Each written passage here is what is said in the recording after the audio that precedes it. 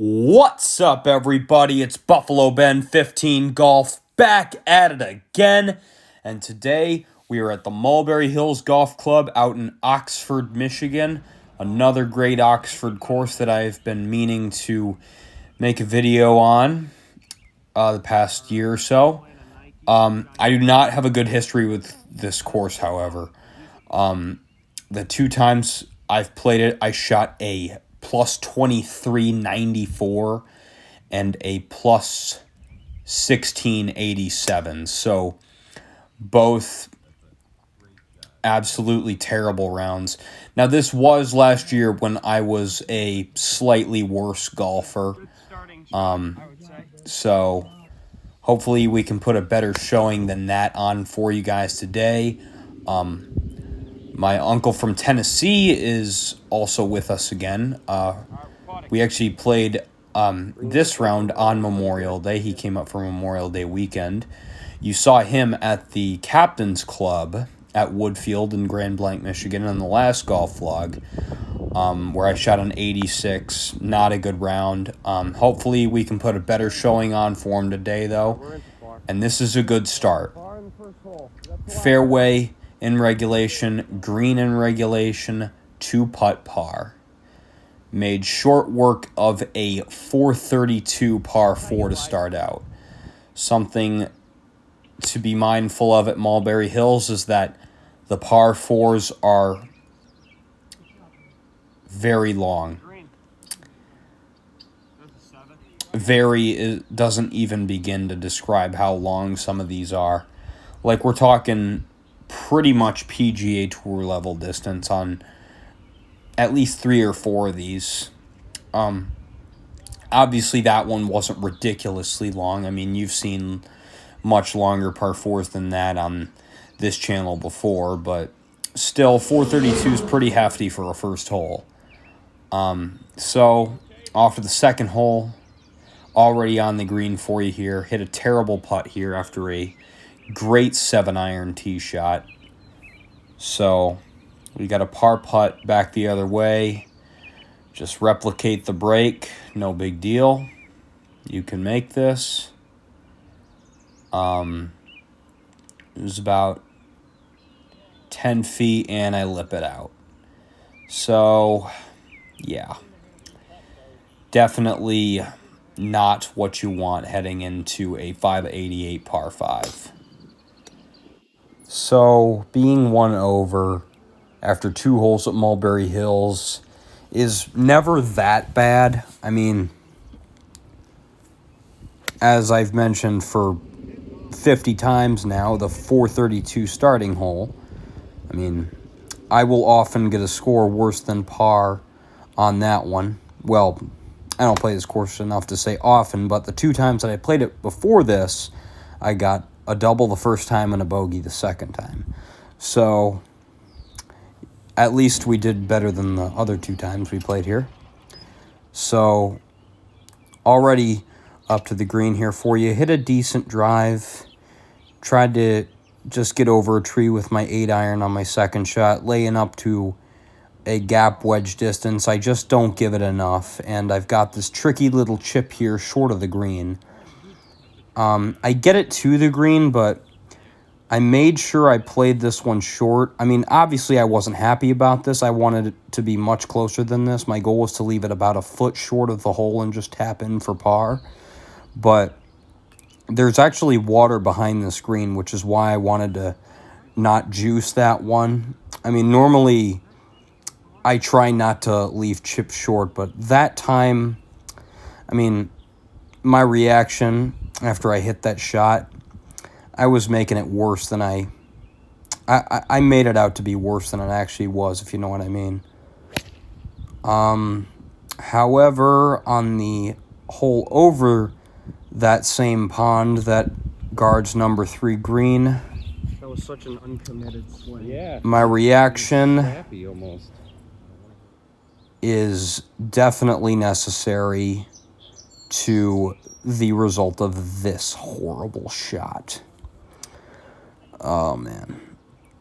Absolutely choke. I was in between clubs. It was into the wind, 155. you can't be short, but there's also out of bounds about 5 yards behind the green, so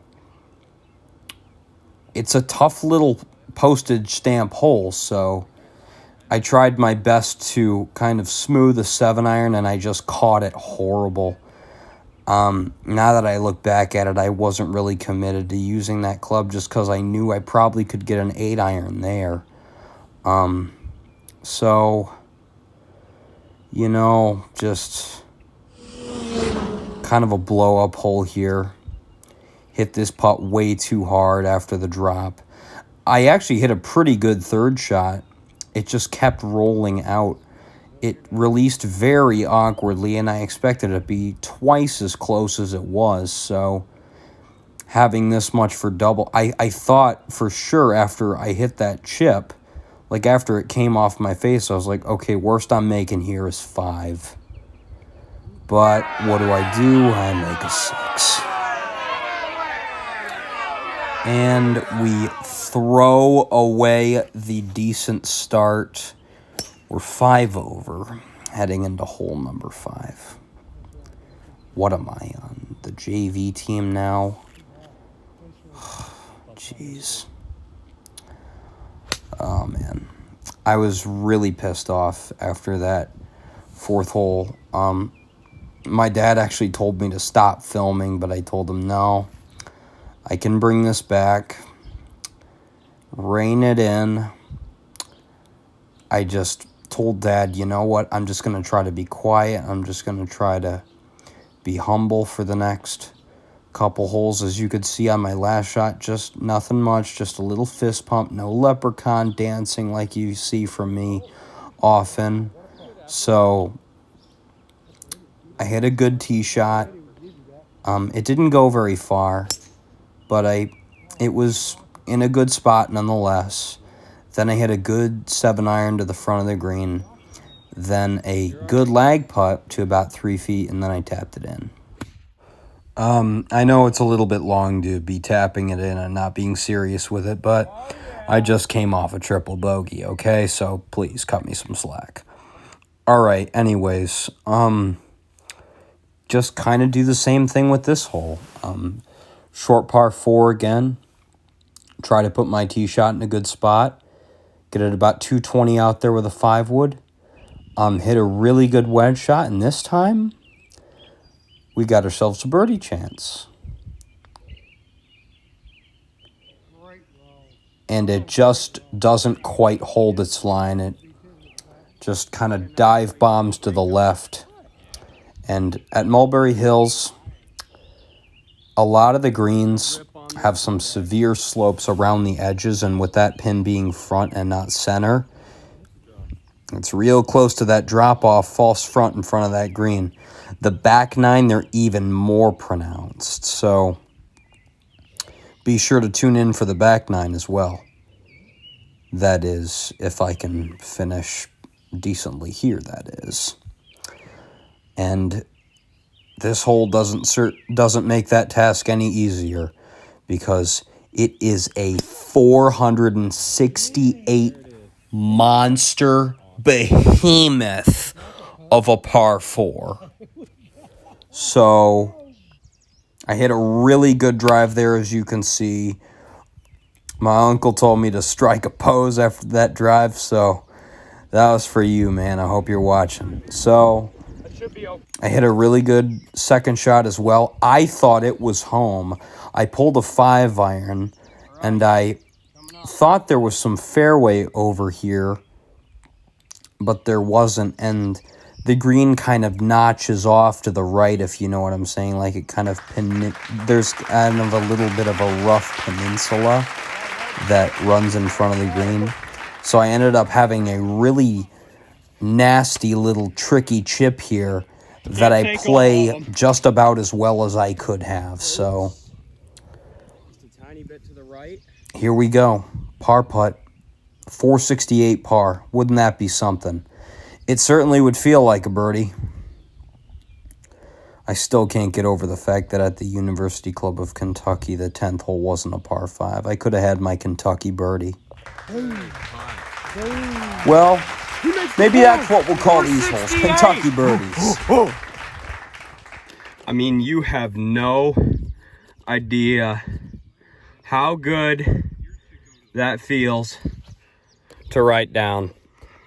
Yeah, I was absolutely beaming after that hole and on my way to the next tee. But once I got to the next tee, I fell back down to earth because I hit it in, you guessed it, the hazard. Yeah, I got to stop doing that, guys. I got to stop squandering opportunities and squandering good rounds that I'm trying to build with a hole that I just completely screw up with, or a shot that I completely screw up with, and it turns into 3 or 4 more shots that could have been easily avoided. I gotta stop doing that, and you guys have seen me do that today once already, and being 40 yards away from the hole on your 4th shot is definitely not a good sign, and it makes you wonder if I'm gonna have a blow-up hole again. So I hit a decent little pitch shot here. The distance was really good. I just pushed a little bit. Got about 16, 17 feet here for bogey. Beautiful. Look at you. What do? I don't disappoint. I make it. Coming through. Pulled off a Nate Hazen on number 8. Yep. Coming through right when I need it the most. Yeah, you guys remember when Nate from the team hit his little 15-footer on number 8 at Hickory Hollow to save bogey? That's exactly how I felt. I was able to save a bogey on a hole that got away from me. And let me tell you, nobody's better at doing that than Nate. I'm serious. So it certainly felt good heading into another long haul of a par 4. This one's 457. I hit a pretty good drive. I hit a pretty good second shot contact-wise. I just pulled it over to this awkward little spot. I have to keep it low enough to get under the tree, but I have to carry it far enough to get onto the green. So I used my gap wedge because I figured, that's kind of a middle-of-the-road chipping club. It's not a high wedge, but it's not like a pitching wedge or a 9-iron. So it ended up working out pretty good. We got about the same length of putt as we had on the last hole for par. 41. Oh, yeah. Let it die at the hole at least. It looked pretty good about halfway to the hole. So Uncle and me got pretty excited about it. He's so much fun to play with, guys. I wish you could have been there. All right. So that's a 42. Better than my 44 at the Captain's Club, so there's that. Definitely could have been a lot better. Imagine, take a bogey on number 4. That's already a 40. Don't 3-putt on number 2. That's a 3. That's a 39. I'm close, just like always. I know that I'm close, and I know that 3/4 of the round is me playing rock-solid golf, and the other remaining quarter of the round is just me absolutely screwing up and having holes where I'm just walking all over the golf course and making a fool of myself and getting mad and losing my grasp, and I need to not do that. Especially if I want to break 80 on this day. Because we're going to need to shoot a plus 137 on the back 9 to do it. Definitely a tall task, but I did shoot 37 on the back 9 at another Oxford course last year, Oxford Hills, one of my best vlogs on this channel by far. Definitely check that one out if you haven't seen it. Oxford Hills, I believe it was course vlog number 13. I posted it last year, late October. Actually, no. I filmed it late October. I posted it on New Year's Day. So definitely check that out if you haven't seen it. Yeah, that's about it for now, guys. Wish me luck in the back nine. Hopefully it's better than the front, just like on the Captain's Club. If it is, we got a shot.